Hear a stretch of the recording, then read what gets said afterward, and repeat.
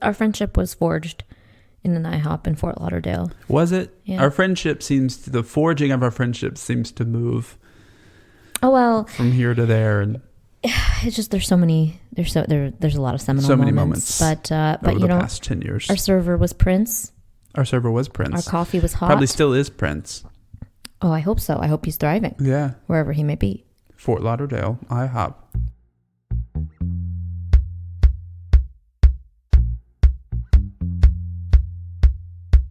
Hey, this is Amrita and Andrew. We write and produce as VJ and Stevens, and we podcast our way through freelance, free-range life. If you're thinking about taking a leap off the beaten path in any part of your life, our inexpert advice is, don't think twice.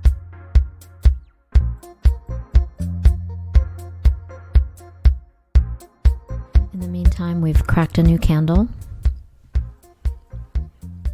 I have a problem. What? I keep buying candles. It's my problem. Actually, the problem we have is that we almost go through our candles. We have one over here that's has 1 hour left. We have one on my desk with 1 hour left. That's my one of my fatal. I have many fatal flaws. I don't have just an Achilles heel. It's pretty dramatic. My fatal flaw. She died because she had a bunch of candles with 1 hour left. No, because it's like how like white people don't take the last slice of something or the last chip in the bowl or whatever. Polite people. Oh, okay. Okay. I know I brought race into it, but it's like that. I have that problem except for candles. I don't want to burn the last hour of the candle. I have that problem with lotions or any or any sort of cologne or perfume. Same. I'll let it languish, the last little spray. I have coconut oil from New Orleans, just the last little bit, and I don't know what I'm saving it for. A special occasion. But I'm convinced there will be a special day someone when I'm like, this is a coconut oil day. Would it help if I got you a new coconut oil? No. Okay. Because I already bought more body oil that I put on after a shower. Mm-hmm. So I have more oil, but I'm not finishing the other oil. Experimenting with hemp oil. Thoughts, feelings? I love it. Except that it on the back it says, watch for slipping. Like, i.e., don't get it on your bathtub and your floor and then fall. And despite that warning, I have almost wiped out several times. So it's not for the faint of heart. So when I hear a thud in the bathroom, I should come running in? Yeah. It's not for the faint of heart, not for the elderly. Do you lock your door when you shower? Never. I never lock my door. I never lock any of my doors. Do you? We lock the front door. Oh, yeah. Actually, though. What?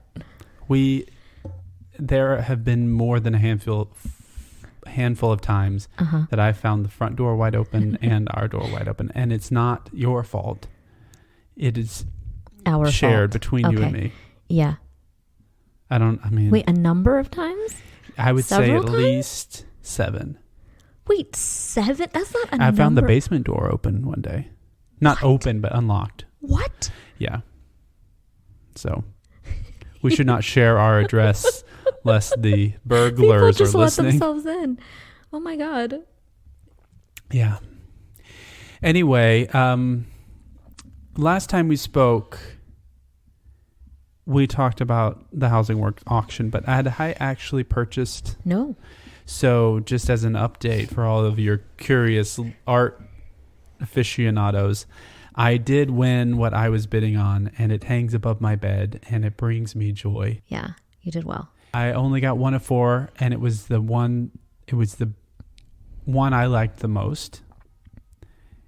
And up until the last minute, I waited until the last minute, and I swooped in there. Oh, you're making a devious face right now as you sip your tea. Anyway, I was victorious. Well, it's beautiful. Congratulations. Thank you. On to the next one, I guess. Yeah, I had my eyes peeled. I've held myself back, but... I mean, why hold back? We've got lots of walls. We do have lots of walls. Yeah. Next step for me is a drafting table to make clothes. Yeah, I'm looking forward to it. I want to learn how to make my own clothes that fit me. So it turns out that now that we have moved to the deep wilds of Brooklyn. I've become somewhat of a homesteader. I want to sew my own clothes. I'm knitting my own winter wear. That's usual, but... Oh, I feel that. I haven't left the house in 2 days. I haven't left the house in 2 days either. I intended to today because I only have 1 apple left, but see, this is like ancient homesteader pioneer type of shit. Like, I wanted to leave the house because I needed to gather more apples. Yes. It's just a cold wind is a blowing. I know. So I know. I see that you are suited up. We're here in our basement in Flatbush, Brooklyn. You are wearing 4 shirts. 4 shirts, 1 undershirt, 3 button-down shirts. This actually brings me to my first topic of discussion. Beautifully. Fingerless gloves and a hat. Yes. Just saying. Okay. Yeah. This hat you knit for me. I did. A few years ago. It is not large enough to fit around my ears, so it's a skull cap, a beanie that sits above the ear, so I look very Brooklyn. You do. I was surprised to see that style on you. Yeah. Well, it just doesn't fit any other way. So it's actually very comfortable. You actually made me these gloves too, these fingerless gloves. So I feel very cozy and comfortable thanks to you. You know, they say that, well, I think this only applies to romantic relationships, but they say that you shouldn't knit things for a man, except the loophole because it's cursed. They'll run away. Yeah, and you will break up before you finish the sweater. Repels men. Yeah, it's an urban legend in the knitting community, and the loophole for that is that if you the loophole. I didn't even mean to do that. I'm hilarious. Is that you can if you incorporate some of your own hair. Oh, this is well. You incorporate your hair in everything. Well, yeah, that's the thing. In my food. In my drains. I won't argue with you on that. It's hard living with a long-haired woman. But yeah, if you incorporate some of your hair into the knitwear, that will counteract the curse of knitting for so have you done that for me? Well, but you're not a romantic partner, so no, that's true. And you're on the lease, so where are you going to go? That's true. Nowhere to go. So on the topic of what I'm wearing, I wanted to ask you about reclaiming the popped collar, because I have a long face and a long neck, and when it comes to proportionizing, the pop collar works for me. It bridges the long face, long neck situation. I went to school at a small, like, New England, preppy college. I'm not going to be wearing a polo shirt. I don't wear short sleeve collared shirts. So I'm really going for more of a Diane Keaton at the farmer's market. I see that. Your an style Exeter icon, kid at Amherst. Yeah, your style icon in life is really more of a Diane Keaton. Yeah. I see that for you. I like it for you. I see what you're doing here. I'm into it. I dig it. I support you. Thank you. Fully. Thank you. What? So you got your oversized trousers. You got your popped collars. You got your like shiny monk straps. I do. I'm just styling here. You are Diane Keaton. Thank you. Yeah, you just need like a big floppy bow. I'm Flatbush's answer to Diane Keaton. Put that in your Tinder bio. Oh man, how have you been? What's on your mind? What's on your heart, as they would say in the Christian church? Do they say that? Yeah, they say what's on your heart. What's on my heart? I have a boring answer for you, which is that I'm just really into our writing. And that has been very much on my heart. Like, I keep waking up like in a sweat in the morning. Like a flop sweat? No, not a flop sweat. Did I protest too quickly there? No, I wake up like I'm ready to go. Oh. Ready to write. Yeah. Ready to create. Yeah, like I wake up like, oh my God, I can't believe I spent that 8 hours sleeping. Not writing. I'm ready to go. I know that sounds ridiculous. Yeah, we have a different reaction to the morning.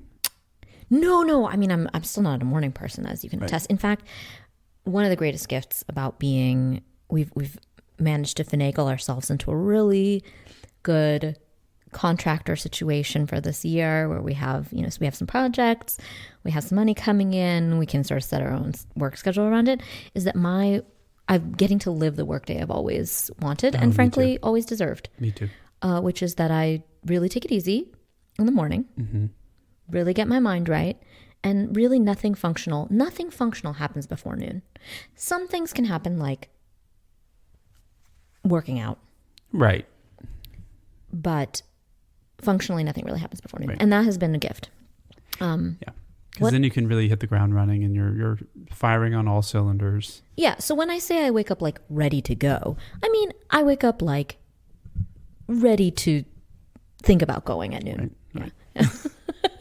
But yeah, I've been thinking a lot about our script. Well, I'll ask you first. We can talk more about that. But what's on your heart? What's on my heart these days in the long dark winter is not that much. I feel that. I feel you. Do you feel that? You see that in me? Is that what you're saying? No. I feel that in myself. And, we talked last time about like taking it easy in the winter. Yeah. And we have been, I think, both living that. Yeah, there's like really, in a pleasant way, like not that much to report. Yeah, we have like an everyday life. Or some responsibilities. And then our creative pursuits and working on some exciting projects. But, by and large, my brain is a little bit empty in like a winter in way. A winter kind of way. It's very, I guess I'm feeling poetical today, but it's like the seeds are planted and like something is going to grow, like fallow period. Yeah, it feels great.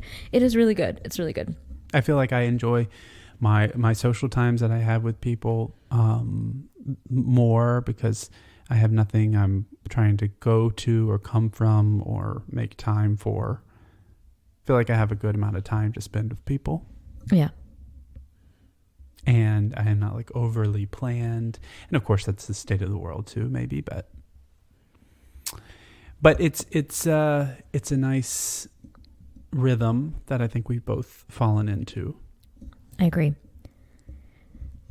So may I speak a little on our script? Well, don't tell anything about it. Okay. That's bad luck. Oh, okay. Never mind. Yeah, no. Okay. I'll keep it under wraps. We'll have to wait until it's announced. You'll have to see it on television, darlings. Yeah.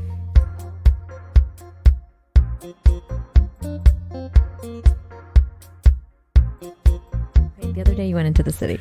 So when I went into the city to get my auction item, I noticed a new entertainment exhibit.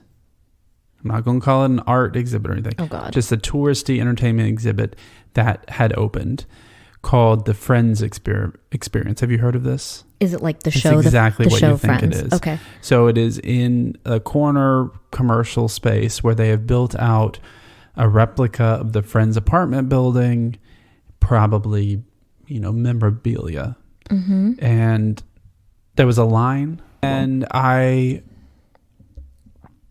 about a month ago or so, someone reached out to you from your professional network about attending this David Bowie exhibit that's on the Lower East Side.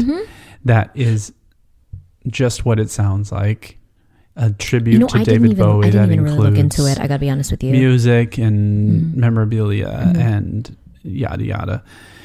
And it just had me thinking about the era that we're in, and there was nostalgia has been a cultural, had cultural cachet for probably some time. forever right, or for a long time. I understand, but I feel like we're in American culture right now where we're just eating ourselves. Tails. It's an Ouroboros. Yeah. It's like we are going to see the Friends exhibit and the David Bowie exhibit, and we are going to see. We need to stop with the remakes. So there's not even like a live experience. We need to stop with the remounts of Broadway shows. Right. We need to not remake these movies. We don't need a new version of this and that. We don't even need a remastered thing from a 60s album. So what we need is like a cultural bureau. And then what we're going to say is, for the propagation of American culture, such as it is, we need to put a moratorium on reboots, remakes, revivals, remasters, and nostalgia experiences. Yeah.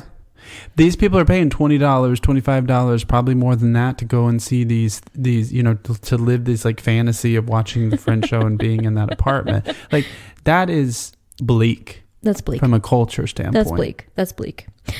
It reminds me that when we were in Atlantic City in January, there were billboards that we were passing on the highway that were advertising like live experiences, shows, this and that.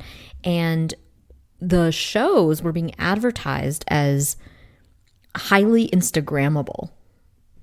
Right. Like, that is bleak. It's like, please go to this live show, buy a ticket to the live show so you can film it.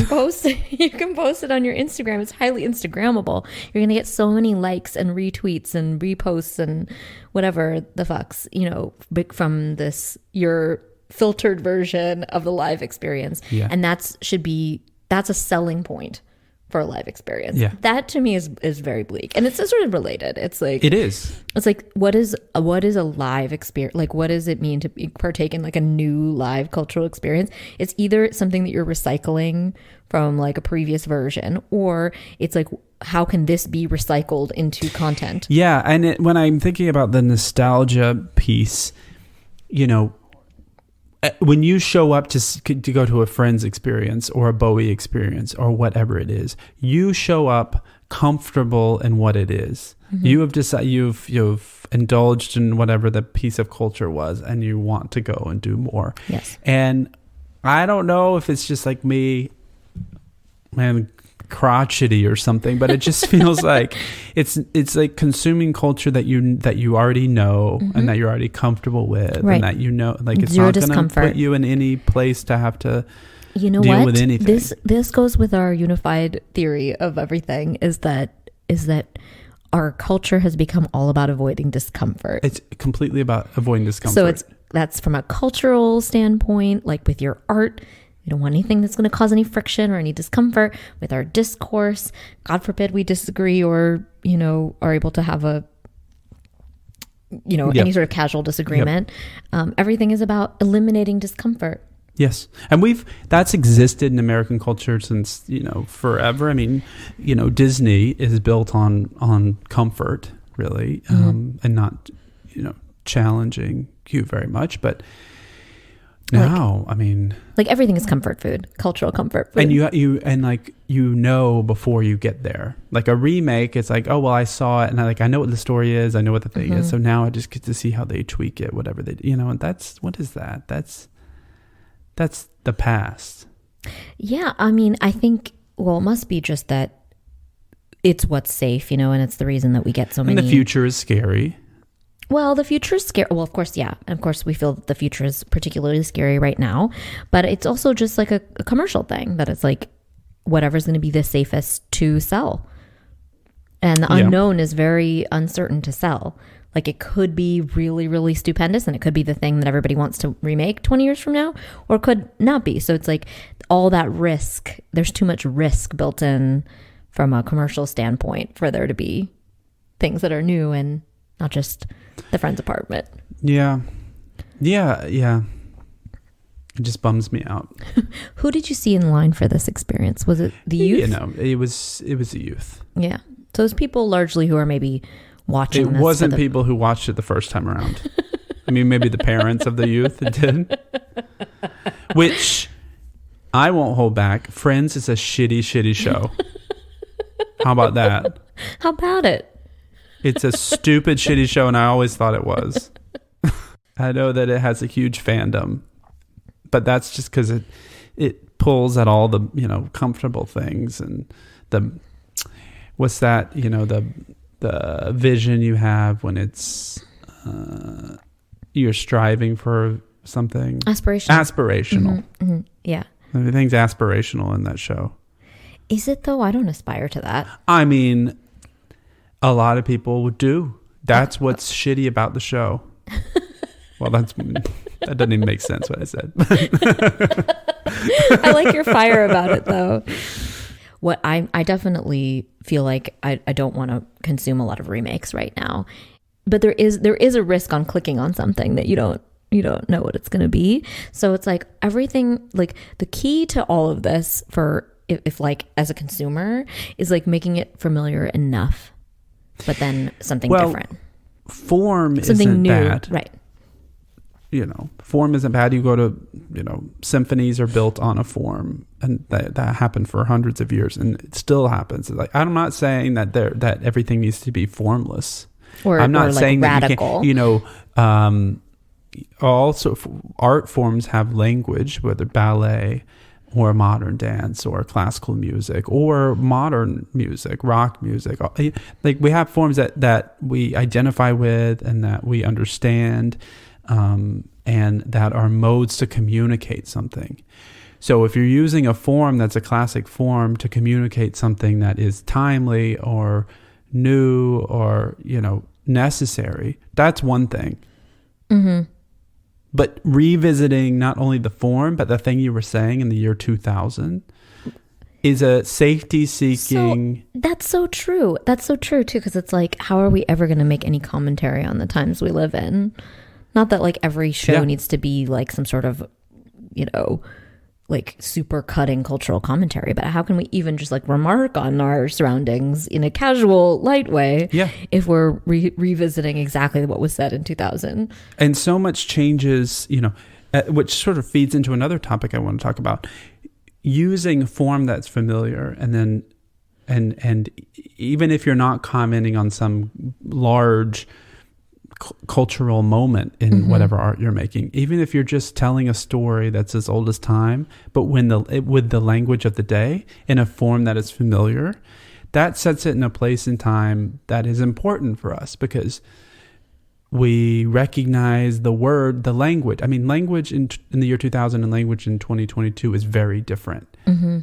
And using a form that we recognize, but the language that we use now is a way of creating art that speaks to people today, right now. Do you have a example in mind when you talk about that, or an idea in mind when you talk about that? Well, what it was leading me to was, there's a lot of language experts. I don't know if you would call them sociologists, linguists. Thank you. Mm-hmm. Linguists often point to, especially in the United States, I don't know if this is a global truth, that women in our culture are the drivers of language change. Oh, I actually didn't know that. And especially younger women, younger generations. Everything from the words we're using to the way we're speaking. To the cadence we use, all these sort of things. Why is that? Do you know? There was a book that was published a few years ago that goes in depth about it. I remember one of the examples cited was the Valley Girl accent. And how we know what the Valley Girl accent is, but then you go to like, skateboard culture or other, you see it like move more broadly out, and then you see, young men sort of adopting the same sort of. Well, and we see that, I mean, I don't know, I'm out of pocket here, but like with like young Black women and like their slang, and then that circles out to like drag culture, and that circles out to like internet culture, and then that circles out to everyone. And before you know it, it's been so folded into the culture. Yeah. So I walked into a CVS here on Flatbush and got whatever I needed and was standing in line, and a man, an Asian man, probably 60 years old, 60, 65, was a cashier, and I walked up to him and he looked at me and he said, "Oh, hey, Daddy." This man was clearly, and he was just being friendly. He was, he wasn't, he was like a granddad. I'm like actually shocked. Wait, he was an older man? I'm stunned. He was like, "Hey, Daddy." And I was, oh. That's fun. Was he? I mean, I enjoyed it. I was like, oh, this is fun. He wasn't flirting or anything. This man was not. He seemed like a straight man. Was there a language barrier? No. Okay. No. I mean, I didn't stop and get his life story, but he was fluent in English. He did not have an accent. Oh my God, that is so bizarre. Maybe he's just trying a new thing where like every single person who comes up to the register. No, because someone else came in like, hey, and queen. yelled over me. It was like, oh, where's the, what aisle is blah, blah, blah. And he's like, oh, hey, daddy, you'll go to. Oh, he said it to someone else? So he said it to someone else. And I was like, like, I wonder where he picked that up. Like, did he pick that up to like his daughter say daddy to like people who aren't him, or like, so I was thinking, language and how women sort of drive this language change, and how, in our world, like I hear people use the word daddy all the time. I mean, especially in gay culture, people call people daddy. Yeah. But to have that bleed over to your CVS clerk is a whole nother world. I loved it. And then I went to get a haircut 2 days later, 3 days later. And I get my haircut over here on Franklin at a barber shop. Mm-hmm. I mean, it's like a barber shop. Yeah. And they are Eastern European, of some variety. And I walk in and the guy's like, oh, hey, Papa, what's going on? And I was like, well, maybe this is more just a sign that you've crossed over. You've crossed over into your daddy phase. You think? I think maybe that's the moral of the story, and not that there's a linguistic cultural shift. I reject and refuse. I mean, you look great for your age. Do I look like a papa?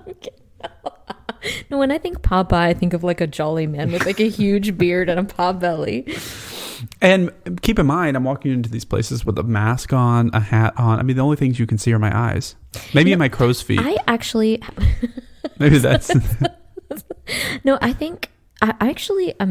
as I'm like hearing you talk more about it, I'm kind of like, I'm not mad at this. Because like, it's like when people like were like, hey, mama... to me, and they say it in like a friendly way, as long as they're not being like creepy about it. It's like whatever, and we don't really have a good equivalent for that for men, because it's like like terms of endearment are used as diminutives, or like can be disrespectful when you use them towards women. But I don't think that they have to be disrespectful. But the key to that is having like a gender fluid approach to like using those. So if there's an equivalent version for men, and now like when I walk into the bodega, they're like, hey mama, what can I get you? And you have a version where you go into CVS and they're like, hey daddy, is that all for you today? Yeah, that's what he said. Actually, I'm kind of okay with it. That's exactly what he said. Oh my God. And neither of these interactions was even vaguely so sexual. Nothing was. These were just two friendly people. Well, it's kind of like how, like, well, you can tell me if this is like in the South in general or just in New Orleans, where like everyone calls you baby. And it's like very gender fluid. It's like you can be called that by like a man, by a woman, by a young person, by an old person. And I loved it, because I was like, in general, in like my normal life, like I would have thought like, oh, this is like kind of disrespectful or something, or there's something like flirty or creepy about it. But then I was like, oh no, it's just like instead of stirring and mamming, in New Orleans, everyone just calls you baby. Hey baby. Yeah, I mean, you can tell. I mean, the intent is the whole thing, right? You can tell when someone's calling you baby in a way that makes you feel uncomfortable, unsafe, or unwanted, or whatever. And then you can tell when it's just a sweet side of someone trying to relate to you and to let you know that actually this is a friendly interaction or something. Friendly. Yeah. And that's this is actually friendly and safe. Right. It's kind of weird though. Linguistically, same words can make you feel exact opposite. Mm-hmm. So seems like daddy and papa has made its way into that's thrilling to me. Into the vernacular, at least in Brooklyn. Mm-hmm. And for all our listeners other places, I encourage you next time you're interacting with anyone to call them daddy. Of any gender. Also gender neutral version of several of these things are to say cousin or comrade. Oh yeah, cousin's a good one. Comrade, and at this moment in time. Actually, probably let's avoid. Yeah, good point. Excellent point. Let's step away from the comrade.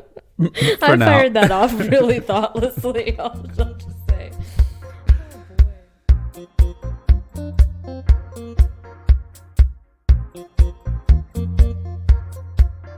So, you and I both came to smartphone culture kind of late relative to our peers. And I've never had a problem with like excessive screen time. But then lately, I don't know, lately I've just really found myself falling into like screen time black hole where I'll, scroll endlessly. Oh my God, just scroll endlessly or just like, all right, you have your head down and then all of a sudden I like look up and it's like 45 minutes later and I haven't gotten out of bed and I'm just like scrolling. So I was like, okay, I need to like nip this in the bud before it becomes like a real problem. And that all this like screen time apps thing, that's not going to work for me. Like you can't guilt me. My phone, I will not be guilted by a robot. Like that doesn't work. So I was looking up this thing, she's a happiness expert. I already hate it.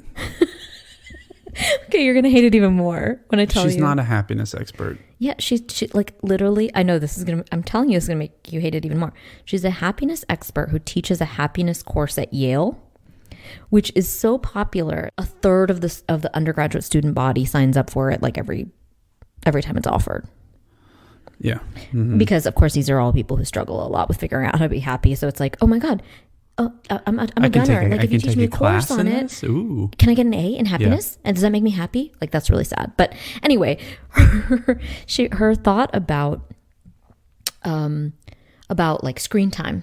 She's like, I teach my students this thing called WWW. Then it's a mnemonic device. If you find yourself like in a black hole on your phone, what for, why now, and what else? So what for is like, why did like what's the purpose of picking up your phone? Why now? Like what why at this moment? And what else means like, what else could you be doing or what else are you missing out on by being on your phone in this moment? I don't think it's a bad message, like all those things put together, but it's like, that's not something that's going to pop into my head every time I have my phone in my hand. I'll be like, okay, remember the 3 W's. And I'll be like, wait, what were the 3 W's? What is it? I hate this. I hate the whole thing. On the screen time thing, you don't struggle with that at all. No. I don't keep anything on my phone. I don't keep apps on my phone that will do that. Do you never feel tempted or do you feel like you just have a strategy that works for you? I never feel tempted because I've just been so removed from social media for so long. So I guess that's one strategy. Not being on social media. This is the first strategy. Stay away from all of your social media. Everything changes very quickly on the internet. Mm-hmm. All you need to do is stay away from it for 2 cycles to where the point where you log into an Instagram or a TikTok or a Facebook, you don't even know how to use it. And at that point, for me, it's like, I don't even know how to find the thing I came here to find. Then I just close it. The things I waste time on the internet is YouTube and looking at real estate. Look at a lot of real estate in a lot of places. Mm-hmm. And that wastes time. I will watch, I'll fall into YouTube holes watching people like sing or play the piano. Or fall down, perform.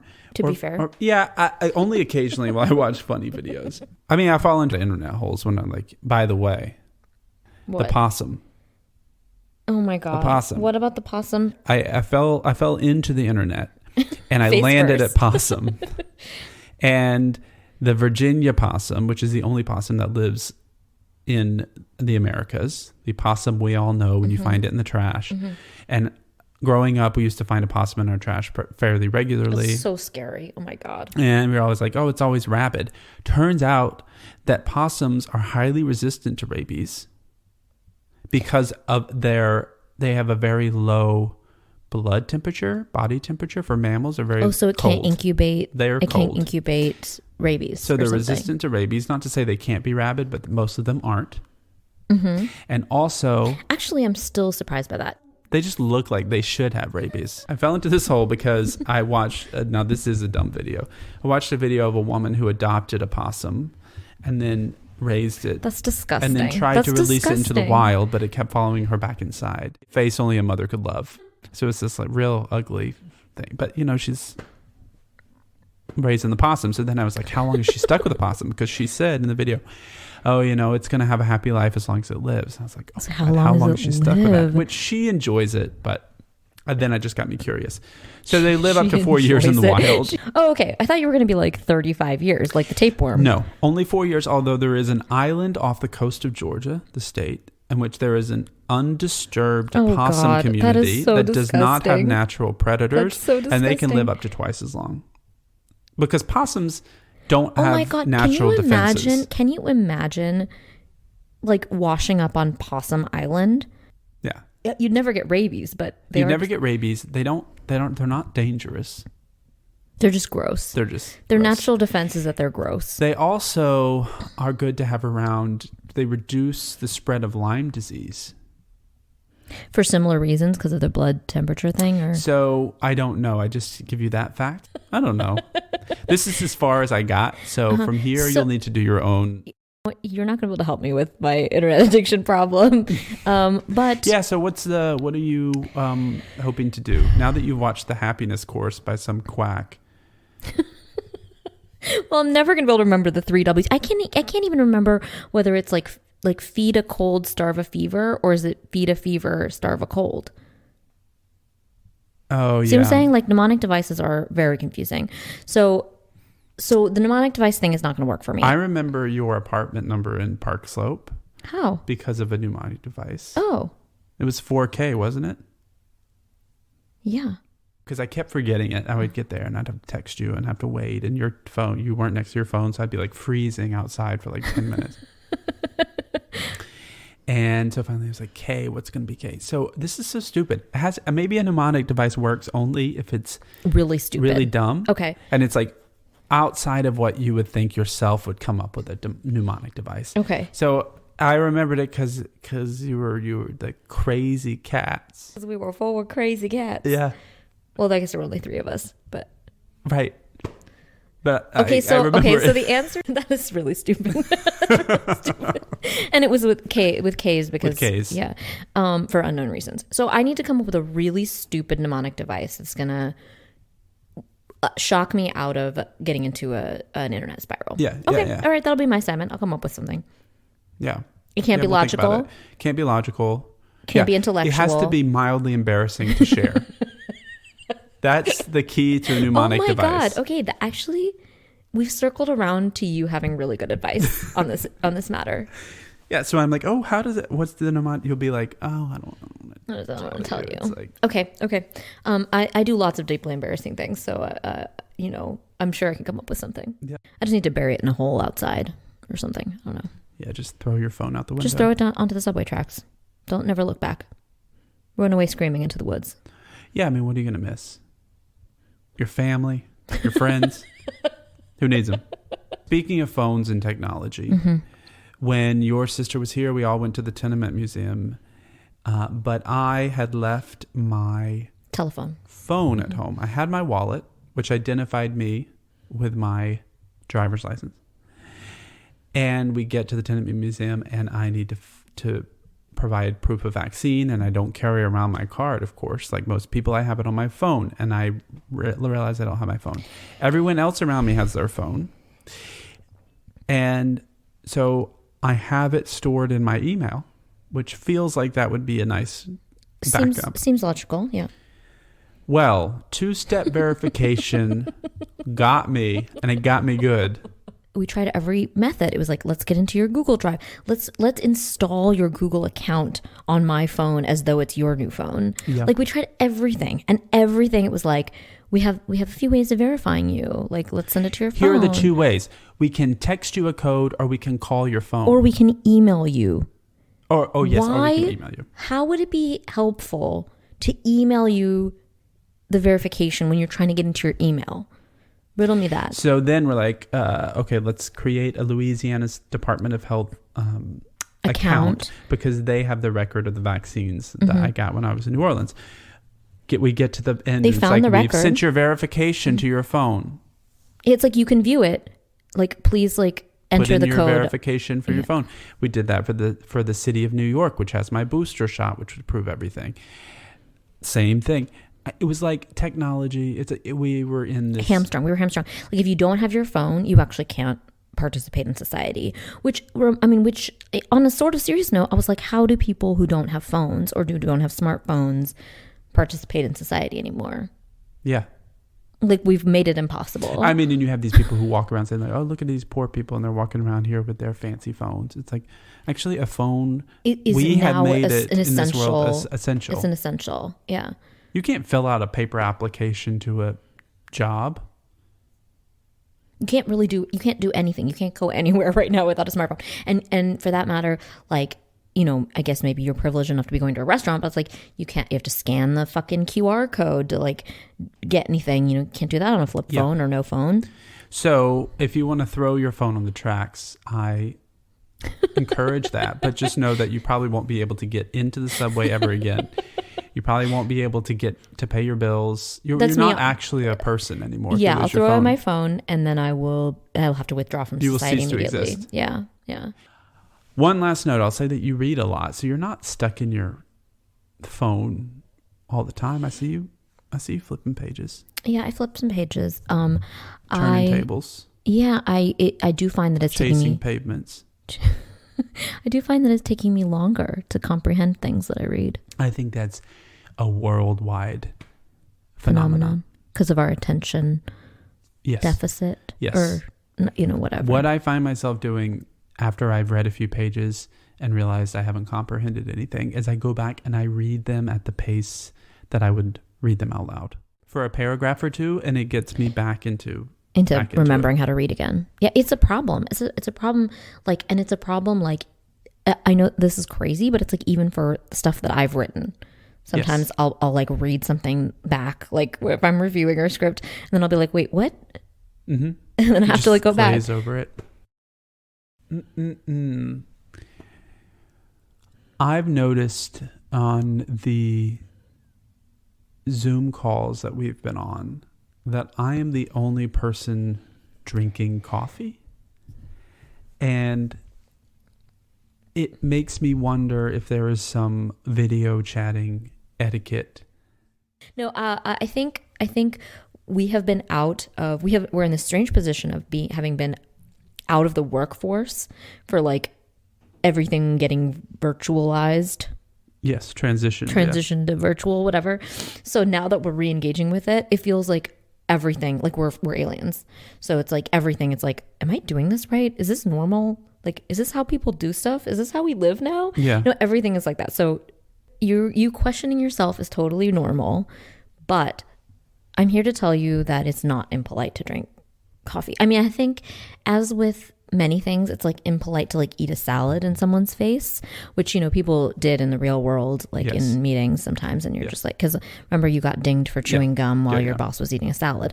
I would say, if anything, having a pair of upside down legs, mannequin legs behind you, that runs afoul of what? No, it doesn't run afoul. It's more pushing the boundaries. What am I supposed to have in the background?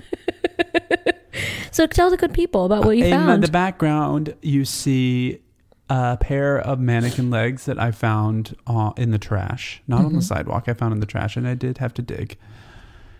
Did you just see like a foot sticking out, and you were like... Yeah. And I walked half a block, and I was like, no, I need her. Yeah. And I doubled back. Mm-hmm. And I thought I was closer to home than I was, to be honest. But because I was already carrying quite a lot, and it was a very windy day. And let me tell you, when the wind picks up those legs, they have a mind of their own. But so I was probably 1.5 miles from home. You walked 1.5 miles but they're so tall. I walked 1.5 miles. They're like 4.5 feet tall. Yeah. I walked 1.5 miles with these legs. Oh my God. And to the people of New York, nothing was strange. I passed a lot of people. Yeah. Not one person looked at the legs. Uh-huh. Not one person looked at me. To the point where I'm like, can they see me? Like, are these legs magic? Because not one person has even done like a quick, like, that person, it's like, it's classic New Yorker, like, buddy, I don't fucking care. I don't care. I got you have some legs. I got places to go. So I brought them home. I cleaned them off.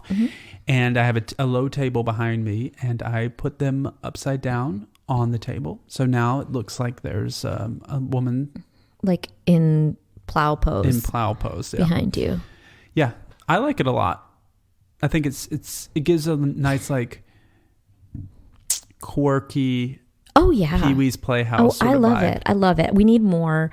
We need to add more of that energy to our workspace for sure. Yeah. But no one has said a word about that on our Zoom calls. Like, no. I hope they think of like what's and they've been on? clearly visible, like clearly visible. Yeah, and not always in a way that makes it abundantly clear that they're mannequin legs. They just think someone's like naked and like you're like, I just paused from what I was doing to take this I have call. something to get back to, so if we so can you just wrap it up real up quick, that'd be great. Thanks. Yeah.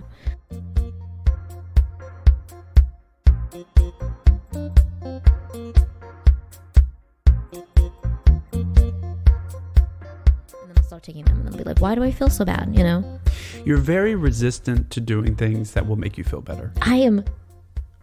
Okay, wow, you just like really read me. That is so true. That is so true. I mean, you've told me. I will fight tooth and nail. Like I'm like obsessed with self-improvement. I always have like a project about like making myself better, and yet I will fight doing the thing that's good for me. Yes. Every single time. Yep. My sister's like, I'm so glad that you live with a person who's like going to constantly remind you to like, you know. Well, to your credit, you take that kind of stuff so well. And I don't take that kind of stuff very well. Is there a thing that I nag you about? No, not really. Right? You're very good at understanding when and where you can nag me, and when and where I like shut you down. It's a gift. It's a gift. But you also display your anxiety. And I know we talked about this, before, that it's like everything is outward and physical, so you can just like tell how I'm feeling everything. immediately. It's so transparent. I wish that like I was more of a mystery. That's one of my dreams, is to be like a cipher. I think you are a mystery to some people. But then once you read the cues, you're like, I'm like, oh, actually every emotion that I've ever had is like writ large across my face and my posture. All of your tics are very, I mean, all your like stress is like very still, goes into stillness. Oh, and all completely. of mine goes into I freeze. Yeah, not stress like public stress. I don't freeze in like an emergency situation. I don't freeze. Your anxiety becomes latent. Everyday stress, I just like curl up and. I just wanted to say how much I appreciated the other day when you were feeling grouchy, and then you went and thought about it, and then came back to me and you were like, you know what, I realized that I was grouchy, and this was why, and I really appreciated that. Yeah. So it's this happened yesterday. You asked me something about someone coming over, and like, is it okay? And I was so grouchy about it. So I took a second, backtracked what had happened, and what had happened were two things. I had PDF'd an Excel sheet that had live links in it. Yeah. And then the links did not make it into the PDF. Like if the tech world, which we have to live inside and around, doesn't work, did not work the first time, then I'm like, what is the point? What is the point in technology? Now I have to figure out, I have to Google, and we all know when you Google how to then you're sent to these like Adobe like community boards, and then you go to the community board and it's like, this thread is closed. If you would like to see, go to this thread. Or you have to watch a 17-minute video trying to guess where the person actually answers the question. And the thread's like, well, like, what is your operating system? I'm not going to read. So that was just annoying.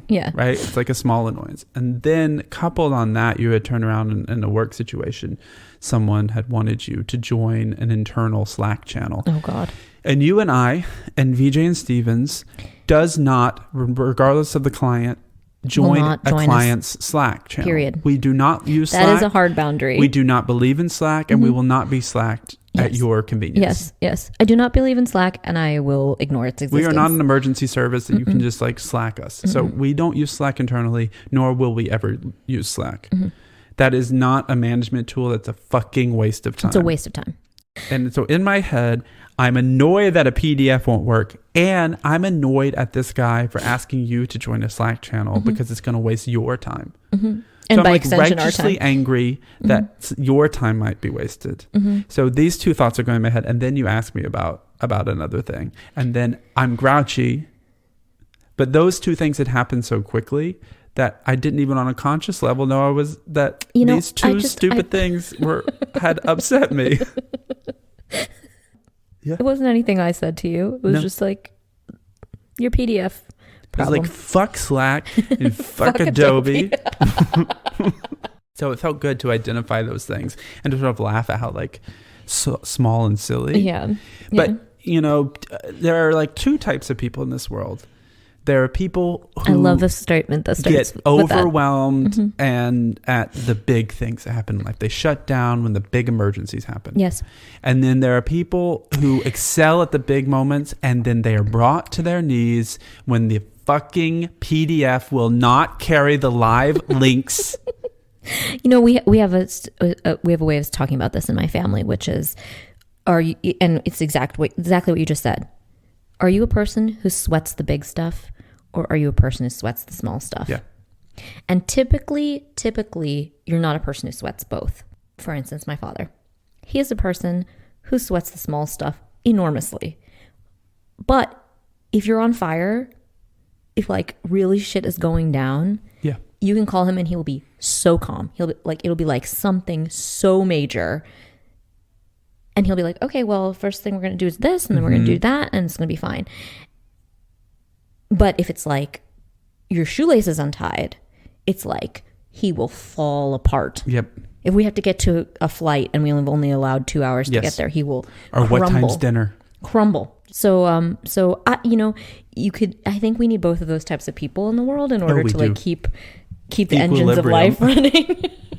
But I think that's very funny. So you identify yourself as a sweat the small stuff. I think I'm a sweat the small stuff person. I mean, what would you say about me? Like I would definitely call you in a crisis. And I get thrown off by like small but things. I might not. Yeah. You also sweat the small stuff. Yeah. You're great in a crisis. You sweat the small stuff, and then at some point when I ask you about it, when I press you on small stuff that you're like stressed about, you like fully shut down. So maybe that's going to be like the next person that we bring onto our team has to be a person who is like who sweats the big stuff, but really can handle the small stuff. Jed was a person who like infinite patience. Does not sweat the small stuff, has like a really good attitude about things. Oh, that's another thing. I just don't have a good attitude about the small stuff. This is where we such a piss poor attitude. Down. Oh my God, 100%. I'll have a to-do list of like, a normal size to-do list. Let's say I have like 10 things to do. And like 5 of them might be like super minor. Like drop this letter in the mailbox, like go, pick up some batteries, like, and I will be absolutely brought to my knees by like the immensity of the like mundane stuff. Yep.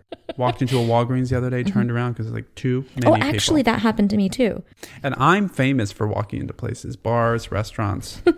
You've been with me on many, many occasions. Oh God, yeah. Where we're in there 15 seconds, I was like, we can't stay here.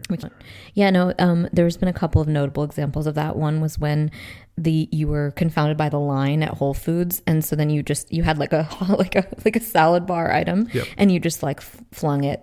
No, you didn't fling it, but I put it on a register that wasn't being used. Like walked out, like I can't, your system is flawed and I will not participate in it. No. And then you just walked out. I'm not paying all this money for Whole Foods thing and you can't organize a line. Yeah. So. Or when we were in Portland and the bartender was like, we don't have a menu. And I was like, you don't have a menu? You don't have a customer is what you don't have. Yeah, no. So it was like one of those like bespoke fancy cocktail bars. That was going to be my second example. That was so memorable to me. Very fancy cocktail bar. The waitress comes up And she's like, yeah, we don't have a menu. Everything is created custom. So you just like kind of talk us through the experience, the cocktail experience you want to have. And then we'll create something based on like what you've described. And you just like looked at her and you were just like, no, I'm not doing that. I'm not doing that. And we got up and left. And we left. And you were mortified. Actually, let me just say for the record, I do think that that's an unreasonable way to run a cocktail bar. Just give me like 5 options that you like. You know, it's like the same concept. I'm sure we've talked about this before about my stress about build your own salad. Yeah.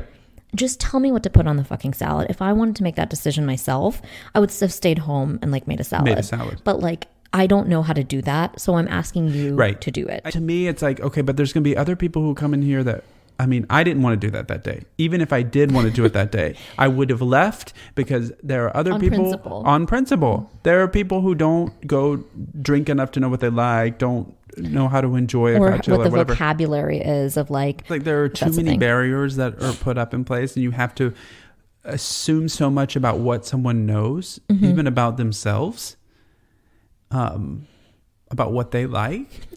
Wow, I really love how you have elevated it to a deep philosophical issue about how can you expect people to know anything, much less themselves. Yes. Barriers of entry are high in a lot of ways in this world. And if you're a damn cocktail bar and you've created that barrier of entry, you should deserve to go out of business.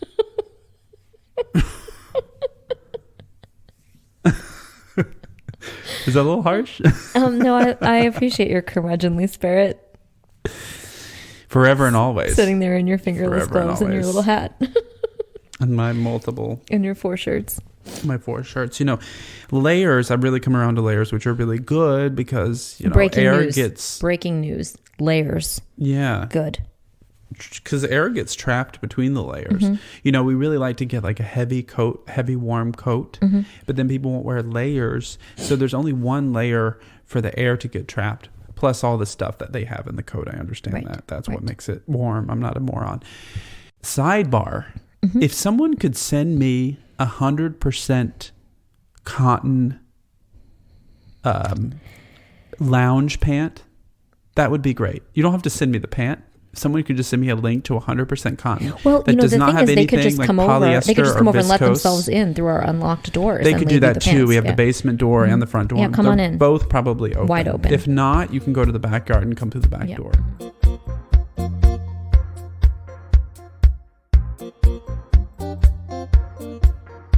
We write, curate, and produce as VJ and Stevens, and you can subscribe to Don't Think Twice anywhere you listen to podcasts. We're currently back to curating live productions and writing and pitching our scripted works for television. You can learn more about us at vjandstevens.com. That's VIJAY and STEPHENS. We're on Instagram at VJandStevens, and our assistant Susan is lousy at tweeting at Memos from Susan.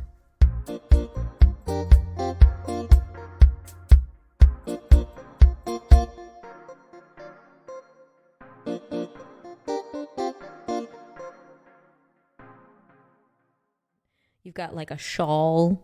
You've got a lap blanket. Yep. You've got a hat. You've got your little like fingerless gloves. I sit next to my heater like my grandmother. With your heater on. Yeah, you look like my Indian grandmother. Like it's a whole vibe. Yeah, but you know I'm going to live till I'm 115 at least. Oh, at least.